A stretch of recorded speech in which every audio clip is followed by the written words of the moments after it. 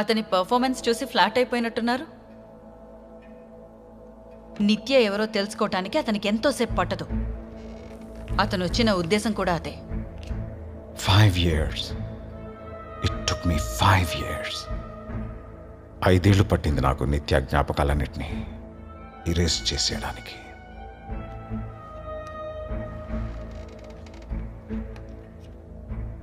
ఎవరెంత ప్రయత్నం చేసినా అవి తిరిగి రావు. ఈ కాన్ఫిడెన్స్ బాగానే ఉంది, బట్ హీ స్మార్ట్. ఇంతకు ముందొచ్చిన డాక్టర్స్లా కాదితను. అతని కళ్ళల్లో ఏదో ప్రత్యేకత ఉంది. అతనిచ్చే రిపోర్ట్లో నెగటివ్ వస్తే నిత్య మాత్రమే కాదు, అన్నీ చేజారిపోతాయి. అసలేంటి వాడి ఉద్దేశం? ఎందుకు ఇలా చేస్తున్నాడు?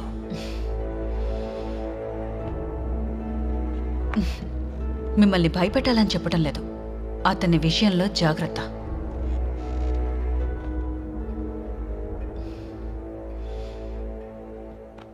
అతను దేనికి లొంగేటట్టు లేడు.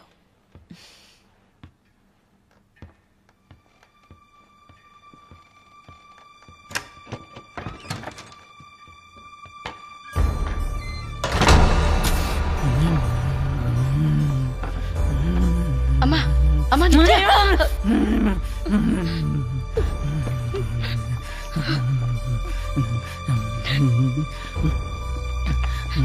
హలో.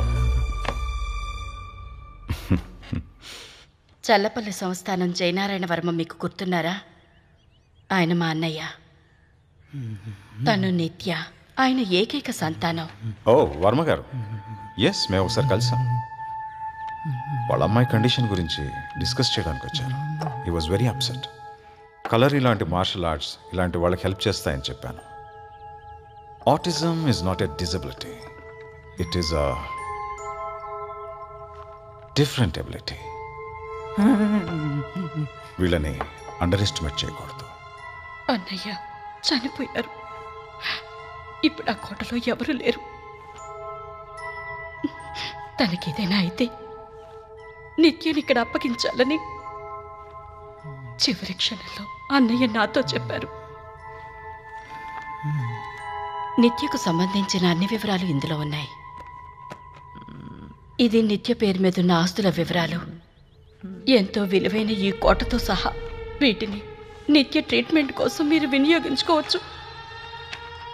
ఇలాంటి స్థితిలో దీన్ని అప్పగించటానికి మీరు తప్ప నాకింకెవరూ తెలీదు.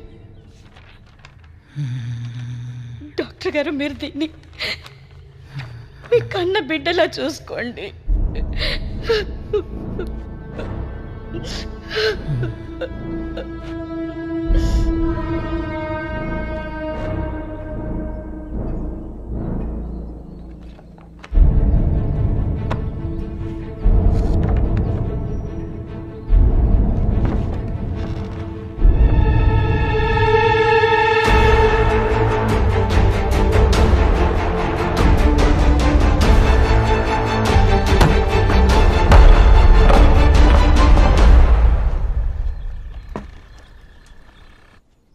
నిత్య, నిత్య,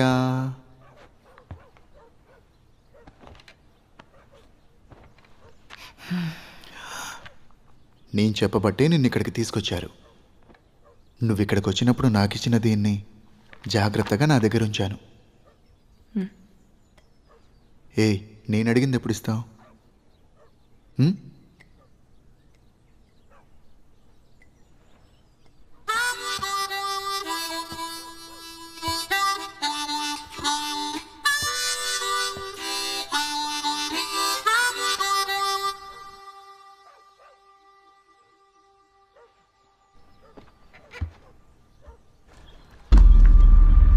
అప్పుడే నాకు అనిపించేది, నా కూతుర్ని నాకంటే బాగా అర్థం చేసుకోగలిగేవాడు వాడేనని.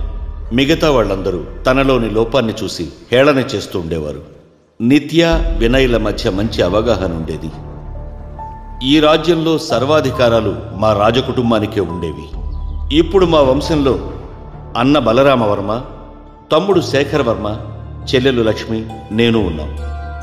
మా అన్నకు పుట్టుకతోనే అంగవైకల్యం ఉండేది. అలాగే తమ్ముడికి సంతాన భాగ్యం లేదు.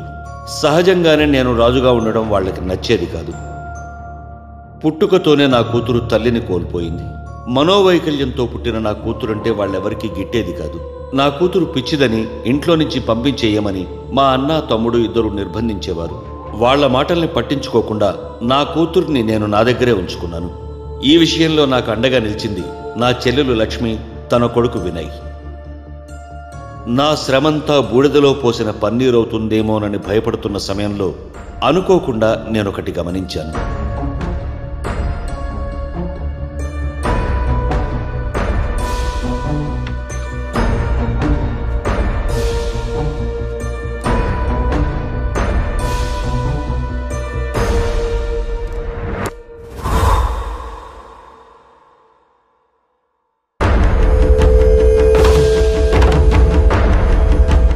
ఆత్మవిశ్వాసాన్ని కోల్పోబోతున్న సమయంలో ఆ సంఘటన నాకు బలాన్నిచ్చింది.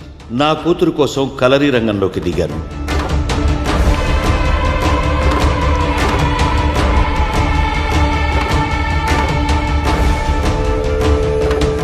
నిత్యలో వచ్చిన మార్పు చూసి అందరూ ఎంతో ఆశ్చర్యపోయారు. కార్తీక పౌర్ణమి రోజు నుంచి నా కూతురికి కలరీ విద్యను నేర్పించడం ప్రారంభించాను.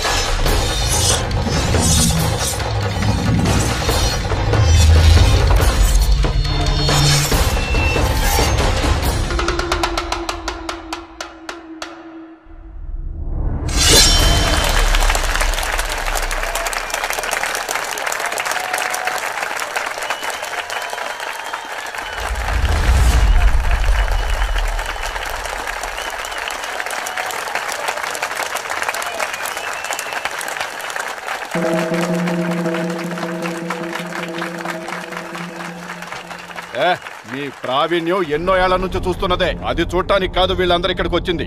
ఎన్నో రోజులుగా కష్టపడి ఈ విద్యని పిచ్చి కూతురికి నేర్పిస్తున్నావుగా, తనని రమ్మనండి.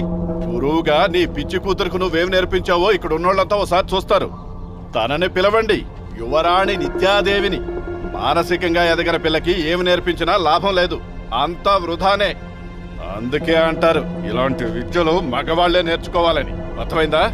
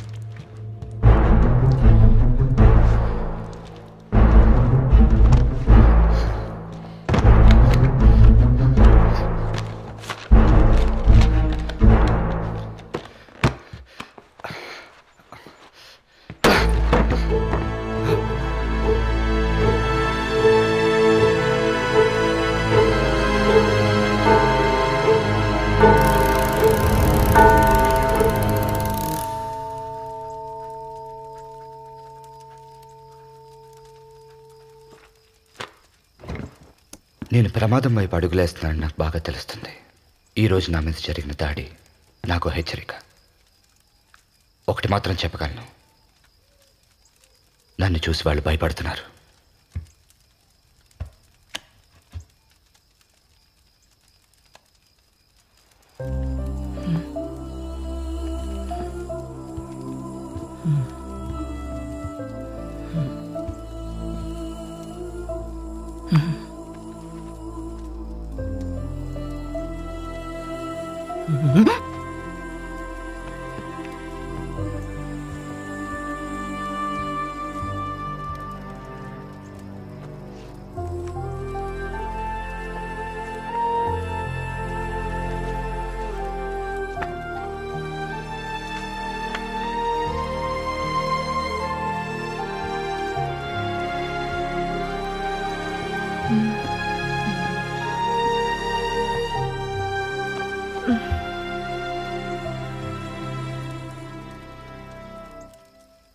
కార్తిక వెంకట నిత్యలక్ష్మి.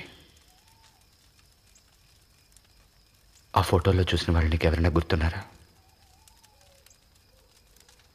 ఆ రోజు మీ కోర్టులో ఏం జరిగింది?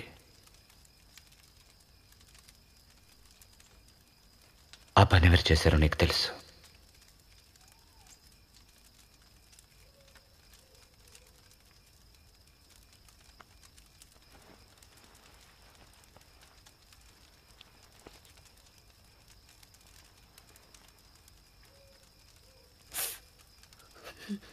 నాన్న,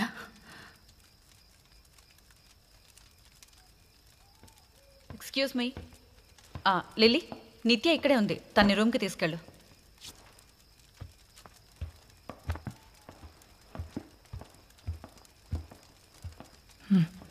రా, రూమ్కి వెళ్దాం.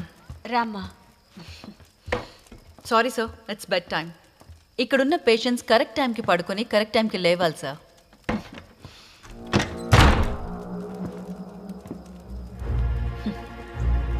ఏంటి ఏదో డల్గా ఉన్నారు? ఫీవరా? లేదు, టెంపరేచర్ ఏం లేదు. ఇది ఒట్టి స్ట్రెస్సే. కాస్త రిలాక్స్ అయితే సరిపోతుంది. ఎప్పుడు ఇలాగే ఉంటారా? సీరియస్గా కొంచెం కూడా నవ్వనంటారు?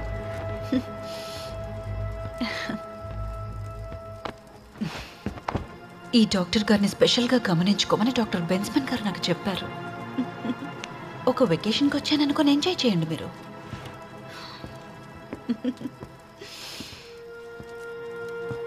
మీ కోరిక ఏదైనా సరే తీర్చడానికి నేను రెడీగా ఉన్నాను.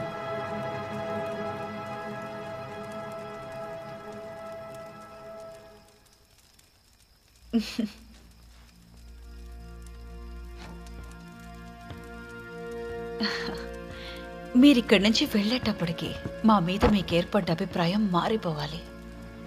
మా గురించి మీరు మంచి రిపోర్టే ఇస్తారు, నాకు ఆ నమ్మకం ఉంది. ఇంకా మీకెందుకు ఆ ఫైల్స్? అవి నాకు ఇచ్చేయండి.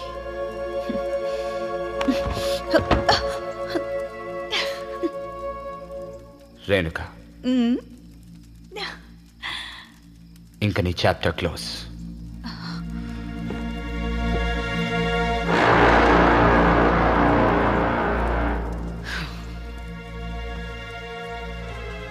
నీకంటే మొనగాళ్లే ఇక్కడికి వచ్చారు. వాళ్ళెవరూ ప్రాణాలతో వెళ్ళలేదు. అది కూడా రికార్డ్ చేసుకో. मैं जो बोल रही हूं ध्यान से सुनो. वो जो आया ना, कल यहां दिखना नहीं चाहिए. बस.